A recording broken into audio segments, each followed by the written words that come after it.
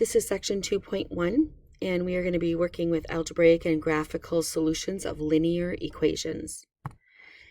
And just a general rule, if rounding is necessary, please round to the nearest thousandths.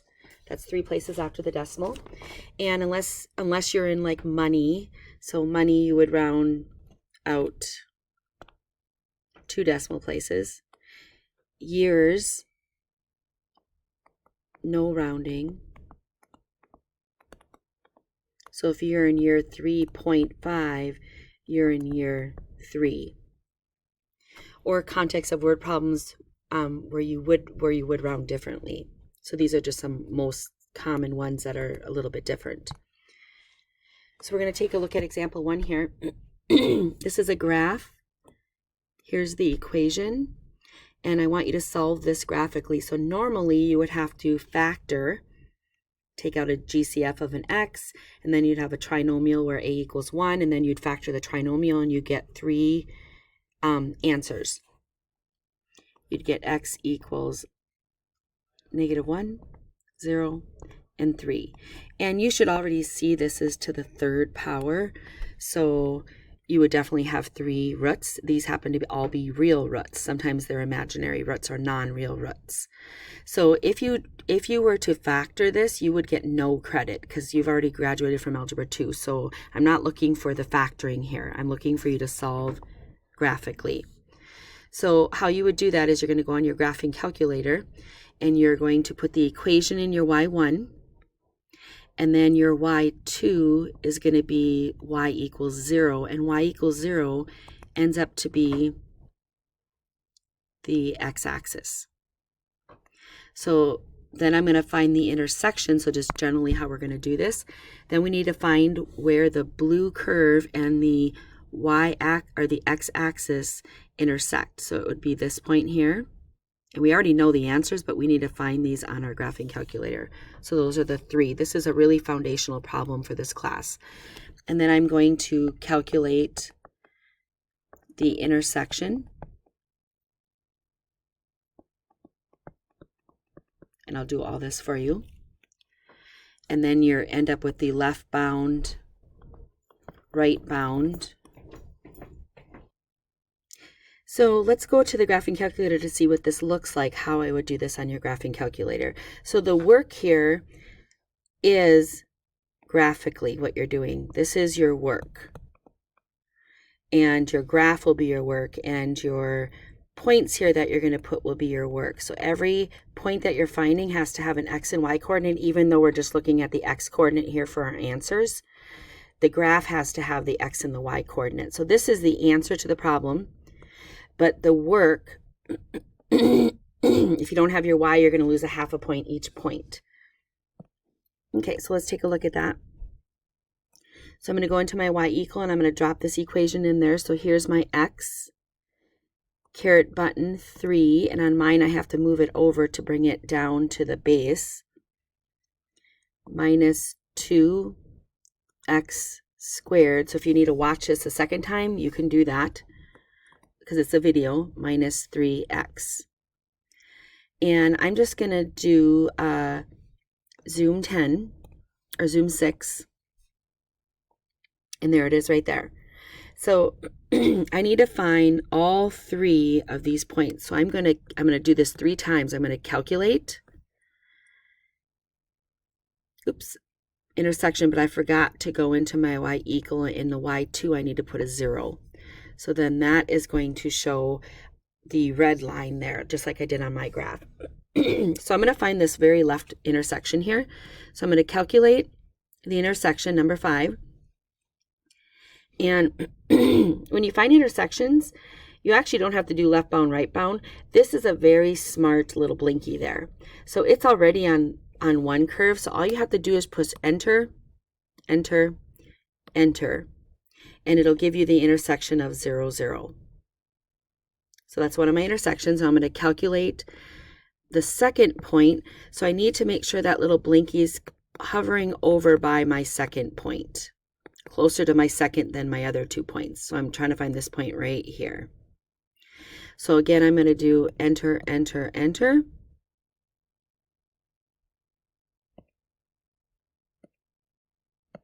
Didn't work. Calculate. Number 5. Enter, enter, enter. And that's going to be -1, 0. So that's that ordered pair. I'm going to calculate again the intersection. And I'm going to move my little blinky over to the third point, so it's closer to the third point than any other point.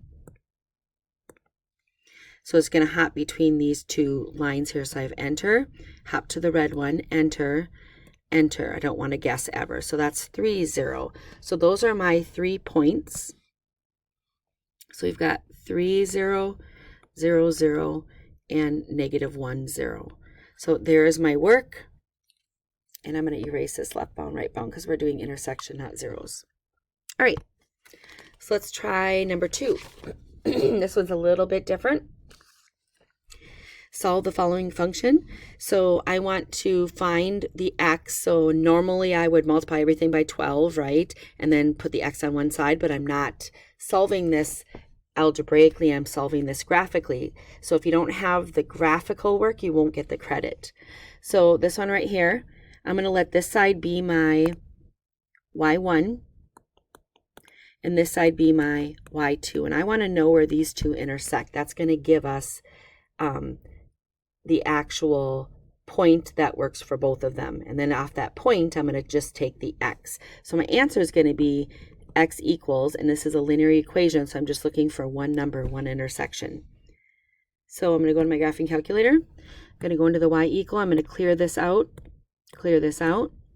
and make sure my plot is off, because otherwise it'll plot the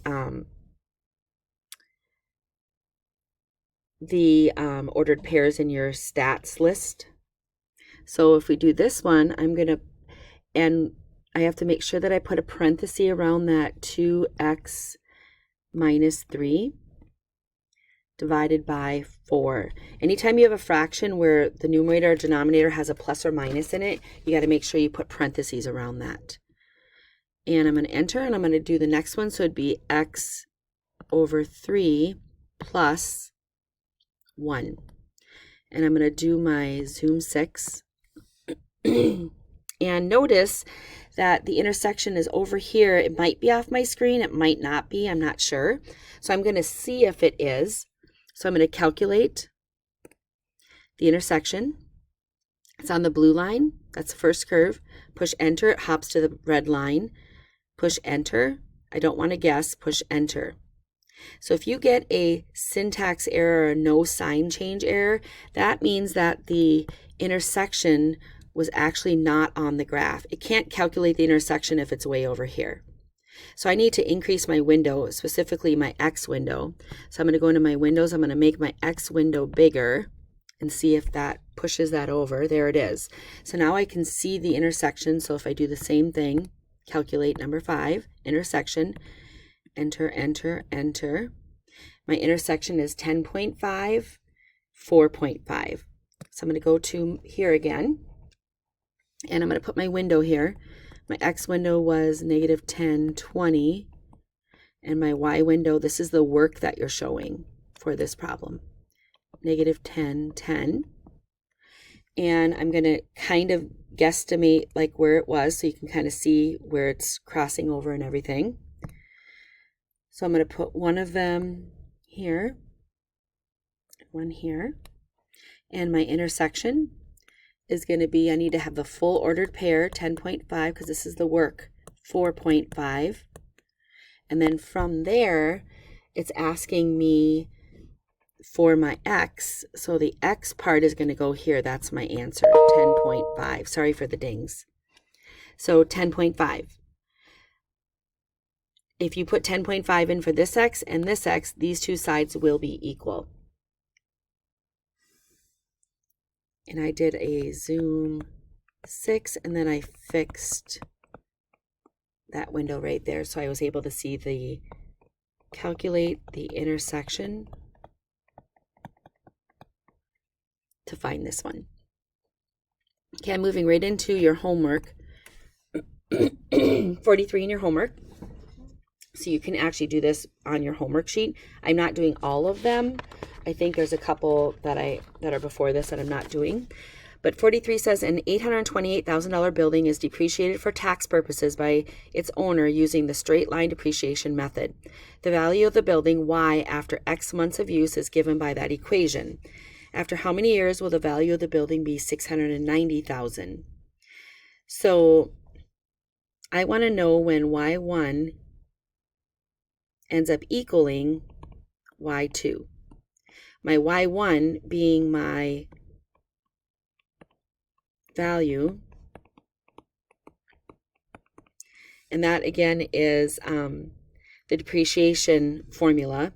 When that depreciation ends up to be $690,000, that intersection is what I'm looking for. And I'm going to put the X and the Y in here. So this is months and value.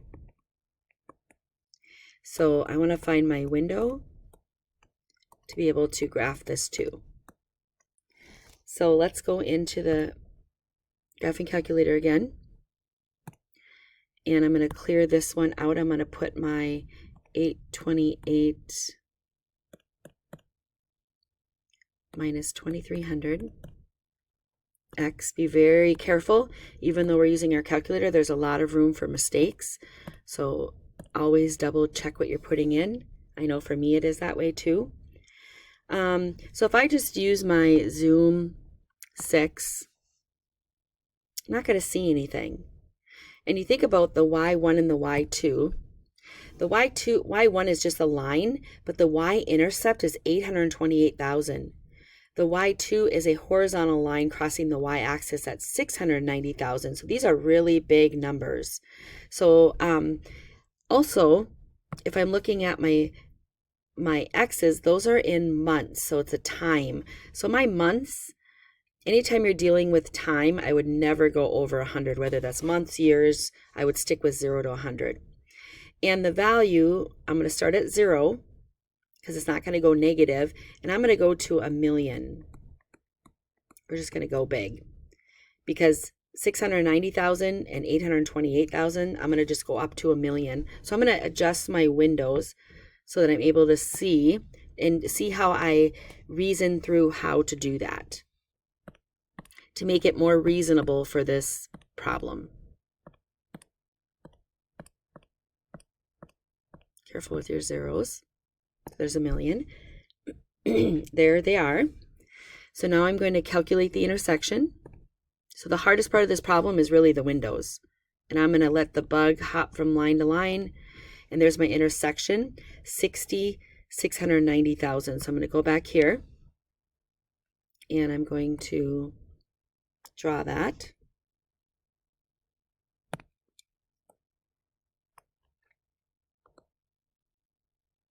Looked like this. And I'm looking for a sketch, but I'm looking for it to be pretty close to what it should be. Oops, and that is not right. So let's try that again. It's a straight line. So here's my Y1. Notice how I'm labeling them. Y2. Here's my intersection of, and I'm writing this in because I want to get full credit for my work. Your work is actually worth more than your answer many times in this class. That's a comma. So that is my work. So now I need to actually answer the question. After how many years will the value of the building be 690,000? So if I look at the months here, I'm really looking at this value right here. So 60 months. And if I divided that by 12, that ends up to be 5 years. So in 5 years, the value of this depreciation will depreciate down to 690,000. So as this is depreciating, when will it hit 690,000? In 5 years. So I'm only looking at the X in this. 44. The equation gives the relationship between Fahrenheit and Celsius temperature measurements. What Fahrenheit measure is equivalent to a Celsius measurement of 20 degrees? So we have Fahrenheit and Celsius, and we need to find our windows. Again, this is my work for this problem. And we are going to put in there y1. So this is going to be my y1. When is y1 equal to y2? So they want to know, what is the Fahrenheit when the Celsius measure is 20 degrees? So in my y1, I'm going to put 5f, or you're going to use the x, right? Minus 9 times 20 is 180. And my y2, when is that equal to 160? So you're going to put those into your calculator, and I did mine right there. And then I'm thinking about Fahrenheit and Celsius, and I don't know. So I'm just going to go negative 500 and 500. So I'm going to use negative 500, 500.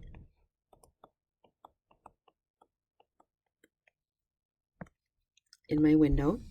So I changed those, and I'm going to graph it. And I'm going to calculate the intersection. I'm going to let my little bug hop. 68, 160 is the intersection here. So I'm going to go back to here and go ahead and put that in mine. So here is my, oh my goodness, just keeps hopping back up. Y2, Y1. I should be seeing a horizontal line and a line accelerating there.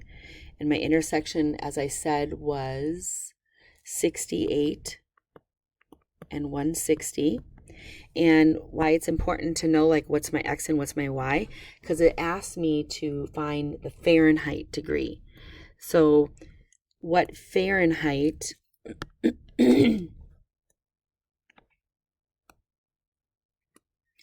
and that's going to be the X, right? So my final answer here is going to be 68 degrees Fahrenheit. Notice that I have the full ordered pair there, but I'm only taking the X part in here because that's what it's asking me for. 45. The future value of a simple interest investment is given by that equation. What principal P must be invested for 5 years at the simple interest rate of 10%? So that the future value grows to 9,000. So the 9,000 is the future value. It's going to go right there. The 10% is my rate. It's going to go right there. 5 years is going to go right there. And I'm trying to find the P.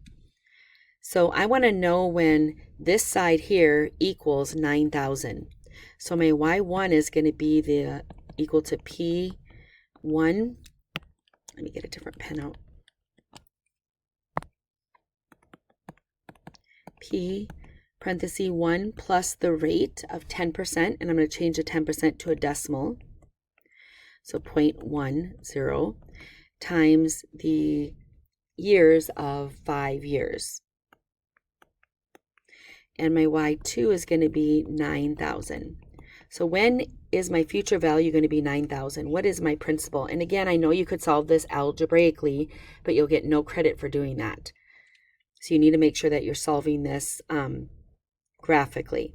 So my ordered pair, this would be my principal, and this would be my future value. And now I need to find my windows. So I think of the principal is going to be probably a fairly large number. And my Y value is at 9,000. So maybe I go from 0 to 10,000.